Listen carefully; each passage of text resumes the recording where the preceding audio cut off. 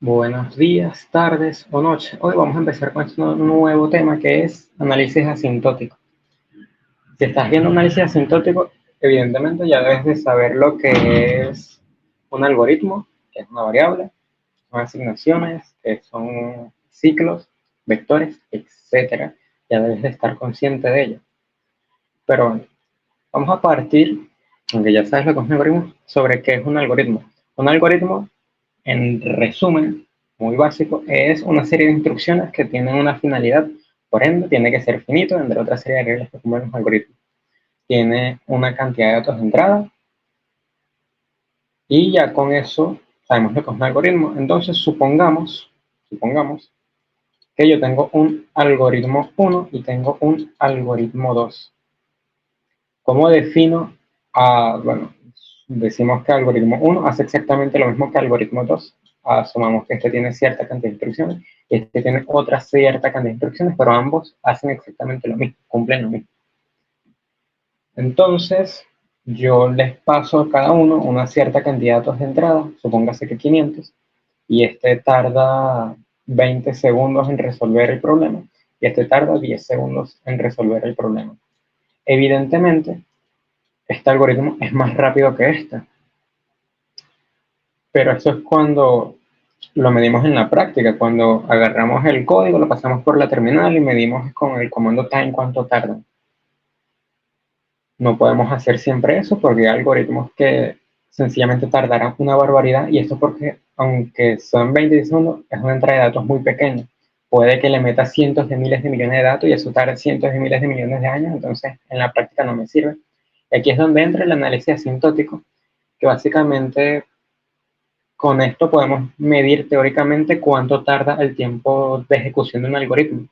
Entonces, esto lo medimos con su complejidad en tiempo, que significa exactamente lo mismo, la velocidad a la que se resuelve un algoritmo. El tiempo de ejecución de un algoritmo depende de 4 cosas: los datos de entrada, la calidad del código creado por el compilador, la naturaleza y velocidad de las instrucciones de la máquina utilizada para programar el programa, para ejecutar el programa, digo. ¿Cómo es esto? Bueno, si esto es una i7 y esto una Pentium o una i3, evidentemente esta es más rápida que esta. Depende de la generación, pero vamos a suponer que esta es más rápida que esta, en este caso. Y también depende de la complejidad en tiempo del algoritmo subyacente en el programa. Supongamos que un algoritmo depende de otro algoritmo. Bueno, el algoritmo 1 va a depender también de la velocidad del algoritmo 2. La calidad del código creado por el compilador y la naturaleza y velocidad de las instrucciones de la máquina son dependientes de las características del hardware y el software de la máquina. Por lo tanto, nuestros algoritmos van a variar en velocidad si los medimos en máquinas diferentes. No nos sirve. Entonces vamos a eliminar eso. Nos vamos a quedar con los datos de entrada y la complejidad del tiempo del algoritmo subyacente en el programa. Como aquí podemos definir en el análisis asintótico, lo definimos como que el tiempo depende de un n, donde n es la cantidad de datos de entrada, que formalmente el tiempo de ejecución o complejidad en tiempo de un algoritmo es una función matemática que va desde t de n a n, donde t de n, como dije anteriormente, es el número de pasos realizados por el algoritmo en función de una entrada n.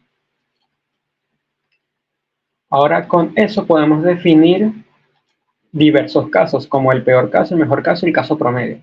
Pero en este curso que estoy haciendo yo, bueno, en estos videos, me voy a quedar con el peor de los casos de los algoritmos. ¿Cuál es el peor de los casos? Cuando n es un número excesivamente grande o n es una cantidad de datos excesivamente grande que le estás metiendo al programa. Porque es cuando el tiempo va a ser el peor, cuando va a tardar miles de millones de años en resolverse. Aquí tenemos funciones asintóticas, que las tengo aquí porque soy malo dibujando.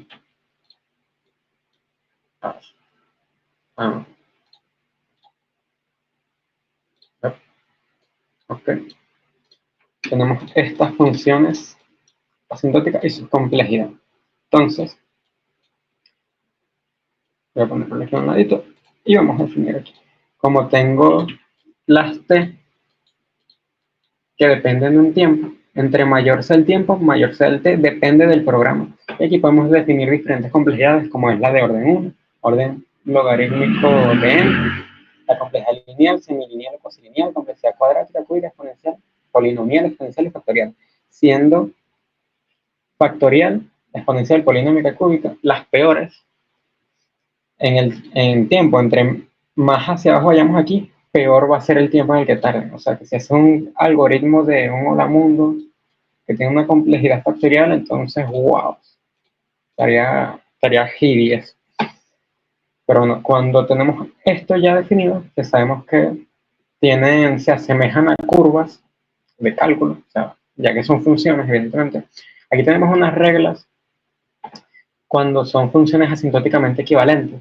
O sea, que en el límite, espero que nadie tenga algún trauma con límites de cálculo 1, en el límite, cuando n tiende a infinito y tengo una función que depende de n y una función f que depende de n, una función g, una función g de n, en el límite, cuando n tiende a infinito, de estas dos funciones, es igual a 1. Esto quiere decir que f de n y g de n son similares. ¿Qué quiere decir cuando n tiende a infinito? Porque estamos hablando de infinito, pero claro, estamos en algoritmos, estamos en una máquina cuyo universo, cuyo espacio, cuya memoria es finita. Pues cuando decimos cuando n tiende a infinito, quiere decir que n tiende a un número muy grande que no es inacabable, evidentemente, en este caso. Entonces nuestro infinito en este caso va a ser algo excesivamente grande, pero que en su momento tendrá un fin, solo que es muy grande. Por lo tanto, estas funciones que son asintóticamente equivalentes, quiere decir que tienen su fin y que son muy parecidas. En el infinito, dicho sea un ejemplo, si tengo una f de n, es igual a un 6n al cubo más un 2n al cuadrado, y le hago el límite a todo esto, solo va a prevalecer esto, porque en el infinito esto y esto es muy poco irrelevante, o sea, aporta muy poquito, ya que n al cubo crece muchísimo más rápido en el infinito que n al cuadrado. Por lo tanto, lo que le aportaría esta constante y este término al n al cubo sería insignificante cuando es algo excesivamente grande, cuando nuestra cantidad de datos es excesivamente grande. Ya con esto hemos definido unas ciertas reglas, la complejidad. Ahora la notación. Nuestro f de n, tenemos una función f de n, donde t de n va a ser el tiempo de nuestra f de n. Entonces, tn significa tiempo de ejecución de f de n, y o de n va a ser la complejidad. T de n es lo que tarda en tiempo, y orden n va a ser la complejidad, que son estas que tenemos aquí. Aquí es donde podemos definir, bueno, nuestro f de n tiene una complejidad de, en este caso es lineal, ya que es n. Y con eso tenemos la notación. Realmente voy a dejar en la descripción un PDF donde está la demostración formal de todo esto que estoy diciendo y está mejor explicado de lo que yo lo puedo explicar. Pero tengo que ponerlos en contexto para cuando vayamos a hacer ejercicios. Y ahora tenemos unas propiedades de nuestra notación O grande, que es esto, que la O básicamente es O grande o omega grande, depende de dónde lo estén leyendo, pero vamos a dejarlo como O grande o complejidad. Y esto tiene sus propiedades, que las tengo por aquí.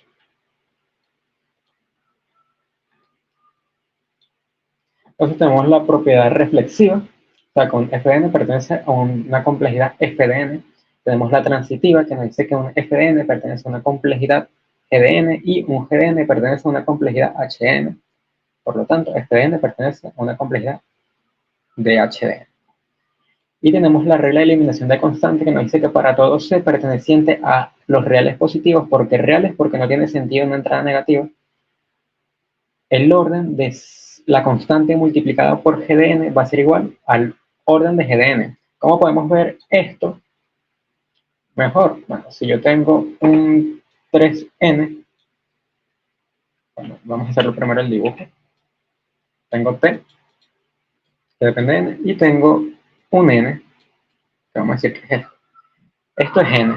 Si yo lo multiplico por una constante de 2n, supongamos que ahora pasa por aquí, que son las rectas en el paso, asumiendo que sea x, 2x, aunque bueno, x iría más como en medio, pero es un ejemplo. Tengo 3n. Y esto va a ver. Evidentemente, si multiplico mi n por una constante, va incrementando, pero volvemos a lo mismo. Cuando es muy grande nuestra n, o sea, que tiende a algo muy, muy grande, siempre va a ser algo muy grande. Si le aplicamos el límite a n, cuando n tiende a infinito va a ser infinito. Si se lo aplicamos a 2n va a seguir siendo infinito. Y a 3n va a seguir siendo infinito. O sea, algo muy grande, o que cuando estamos en el infinito, cuando sabemos que es excesivamente grande, nuestras constantes aportan muy poco a eso. Por ende, las podemos eliminar. Eso es lo que nos dice la eliminación de constantes. Como realmente estamos en el peor de los casos posibles, cuando todo es muy grande, entonces que tenga un poquito más o que tenga un poquito menos es insignificante. Y ya con eso definimos la regla de eliminación de constante, que básicamente es lo que nos dice aquí. Luego tenemos la regla de la suma, que nos dice que dado un orden g de n más un orden g2 de n va a ser igual al máximo entre los dos órdenes, que no lo tenemos aquí. Si f de n pertenece al orden g de n y f2 de n pertenece al orden de g2 de n, tenemos que la suma de f de n más f2 de n pertenece al orden máximo de g de n y de g2 de n. Si tenemos un ejemplo, tenemos f de n más un g de n cuadrado. Si queremos el orden de esto, entonces esto va a ser el orden de la suma de esto más esto. Y por esta regla que dice aquí, la suma va a ser el máximo entre n y n cuadrado. O sea que el orden va a ser el máximo entre n y n cuadrado. O sea, esto va a ser de orden n cuadrado porque evidentemente n cuadrado es mayor a n. Así que lo podemos ver eso. El máximo va a ser el mayor. Similar a eso, pero decimos que es el mayor. Sencillo, esto es la regla de la suma. Como ves, esto tiene sus demostraciones, pero bueno, no soy muy bueno demostrando con funciones. Pero sé que hay videos por allí que sí lo demuestran. Y luego tenemos la regla del producto, que nos dice que un f de n perteneciente a un orden g de n y un f2 de n perteneciente a un orden g2 de n. Entonces tenemos que la multiplicación de f de n por f2 de n pertenece al orden de la multiplicación de g de n y g2 de n. Entonces, igual tenemos un f de n que multiplica g de n. Esto va a ser el máximo. No, el máximo, esto va a ser la multiplicación de n por n, o sea, la multiplicación de las complejidades internas. Entonces esto va a ser n cuadrado, de orden n cuadrado. Esto lo estoy diciendo muy poco formal, tiene más formalidad, pero así una idea intuitiva de lo que yo siento que es así. O al menos así lo entiendo. Si estoy equivocado, por favor me lo ponen en los comentarios y lo corregiré. Entonces, esto va a ser de orden n cuadrado. Y aquí es cuando empiezan a aparecer, aumentar la complejidad. En este caso, puede ser fácilmente un ciclo anidado que nos da n cuadrado, pero eso ya lo veremos en los ejercicios. Y tenemos la regla de los logaritmos. Esta nos dice que para todo AB perteneciente a n, tenemos que, o sea, perteneciente a los naturales, tenemos que el orden del logaritmo en base a de n es igual al orden del logaritmo en base b de n. Por lo tanto, si tenemos un logaritmo en base 10 de n, va a ser igual, bueno, el orden, o la complejidad del logaritmo base 10 de n va a ser igual a la complejidad del logaritmo base 2 de n. O sea que en la complejidad las bases de los logaritmos van a ser iguales, siempre y cuando, bueno, este n, el término al que se le está aplicando el logaritmo, sea igual. Eso nos sirve para, bueno, cambiar de base los logaritmos y ya cuando tenemos logaritmos notables, simplifican los cálculos. Y luego tenemos la propiedad de linealidad que nos dice que la sumatoria desde i igual 1 hasta n del orden de f de i va a ser igual al orden de la sumatoria. ¿Cómo vemos esto? Bueno, esto lo podemos desarrollar. Decimos que la sumatoria desde igual 1 hasta n del orden de f de i va a ser la sumatoria, bueno, va a ser la suma de f de 1 más el orden de f de 2, punto, el orden de f de n. Yo puedo venir y directamente aquí hacer esto, hacer esta suma, y por regla de la suma, entonces tenemos el máximo de todo esto. Entonces va a ser el máximo, el orden va a ser el máximo.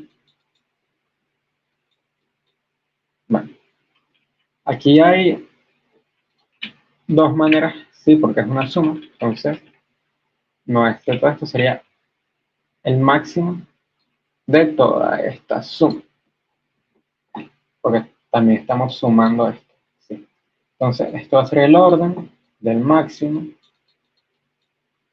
de f de 1, f de 2, punto, f de n. Evidentemente, el mayor de todo esto es f de n, por lo tanto, esto va a ser de orden f de n. Entonces, aquí, en vez de hacer esto directamente orden más el orden más el orden, sencillamente sacamos todo el orden, como lo tenemos aquí, y luego le aplicamos la regla, que sería lo mismo que decir el orden de la sumatoria desde i igual 1 hasta n de f de 1 más f de 2, f de n, que es exactamente lo que tenemos aquí. Bueno, esto ya es la sumatoria desarrollada, sería f de i, de f de i. Y así cumplimos esta igualdad, que sería haciendo el desarrollo, moviendo para acá, pero bueno, eso realmente es una simplificación para no tener que hacer todos los órdenes y luego sumarlos. Es lo mismo que sacar el orden, desarrollar la sumatoria y luego aplicarle el orden. Y con eso tenemos ya hechas, entendidos, pero todas las propiedades de nuestra notación asintótica. Y con esto seguiría unas reglas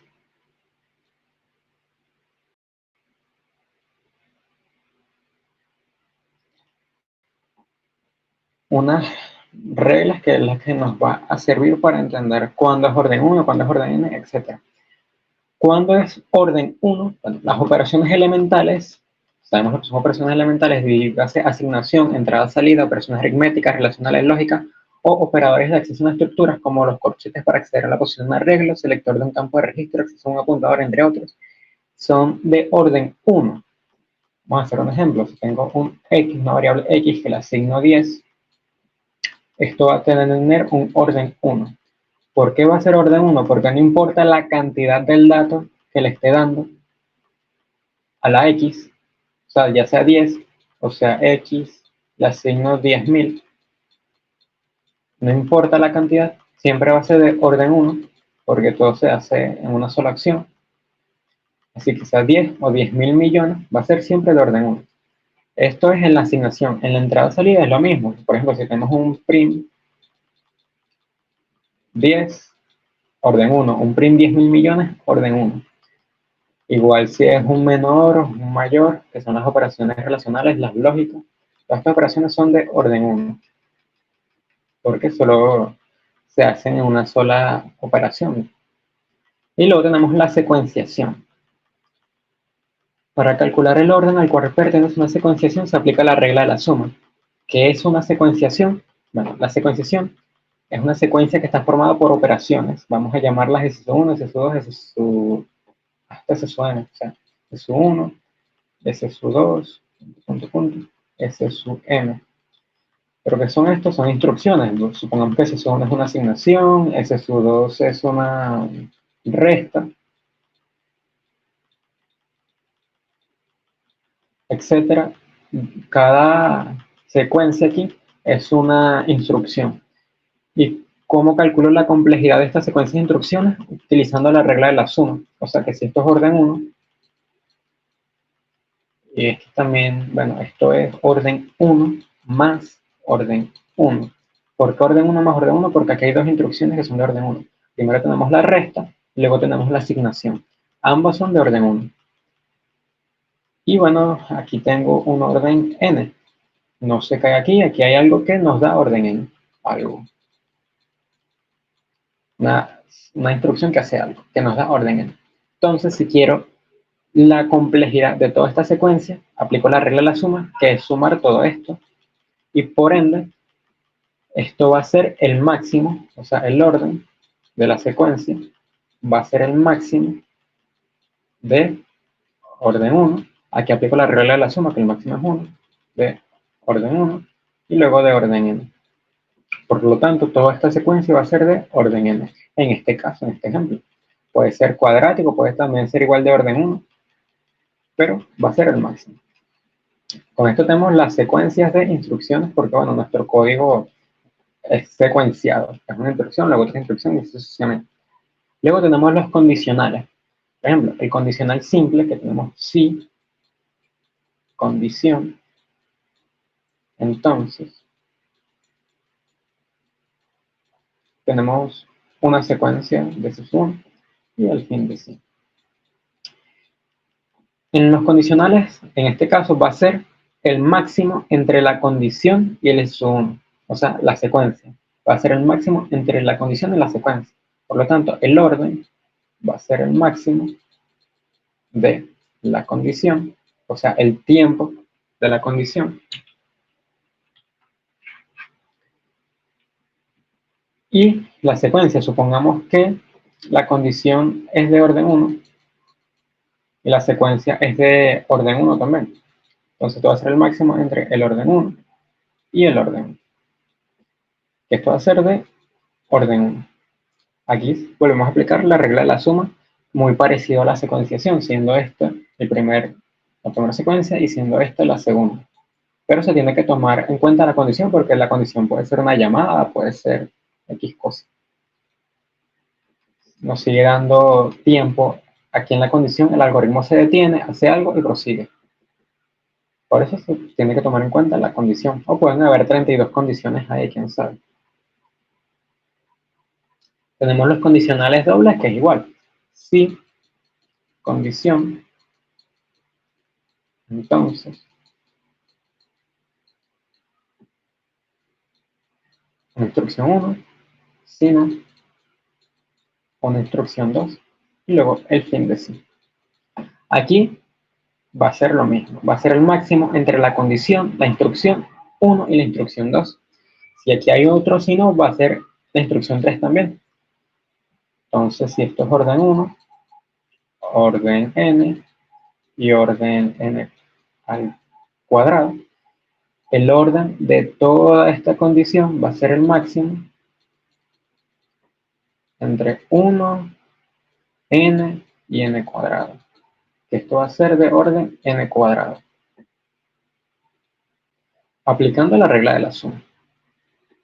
Similar, prácticamente lo mismo que la secuenciación. Guardo aquí. Luego tenemos la selección o el switch case, que nos dice que bueno, tenemos selección, que sería un switch, y tenemos una condición. Luego tenemos una validación 1 con una secuencia 1. Depende del caso en el que caiga, o sea, en caso 1, en caso 2, otra secuencia, punto, punto, punto.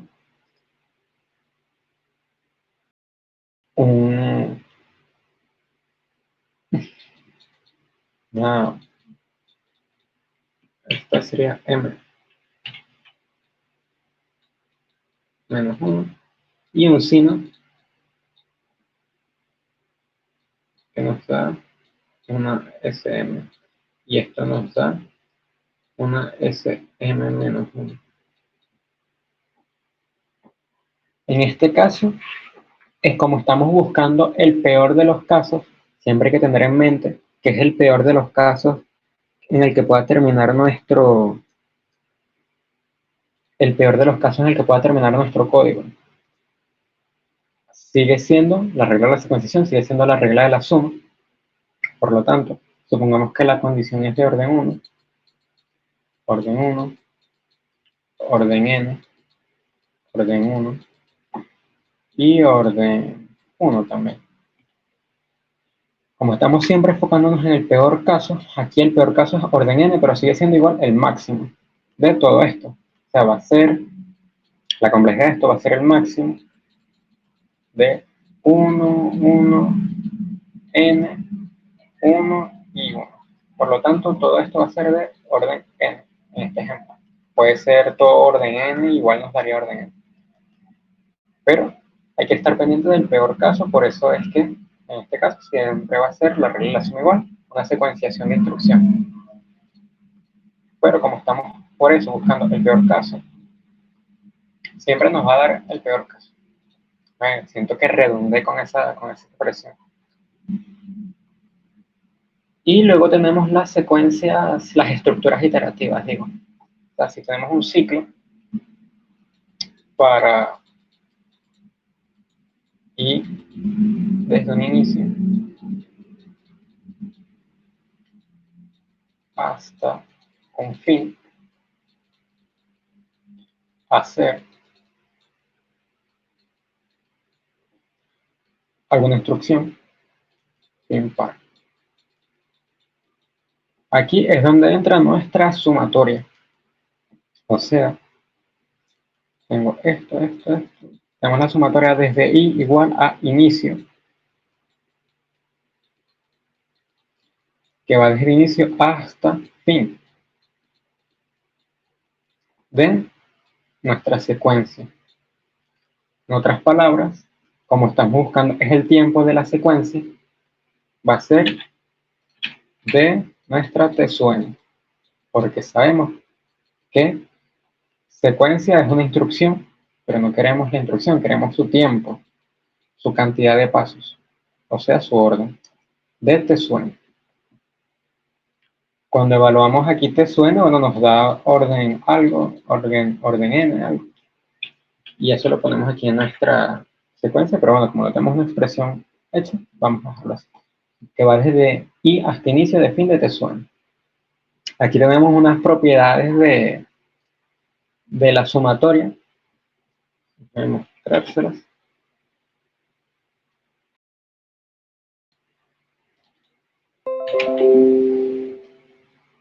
Tenemos estas propiedades que depende de nuestra expresión, podemos simplificarlo, depende de lo que nos quede, pero esto ya lo vamos a ver cuando hagamos ejercicios, en qué caso entramos, que nos ayuda a resolver, a encontrar nuestra complejidad de ODN. Y ya con esto, básicamente hemos cubierto todo lo que necesitamos para empezar a hacer ejercicios. Espero les haya gustado, espero hayan entendido. Si no entendieron, comenten. Si cometí alguna barbaridad de lógica, coméntenlo también. Y si les gustó, dejen like y consideren suscribirse. Y nos veremos en una próxima para empezar a hacer ejercicios de análisis asintótico. Hasta la próxima.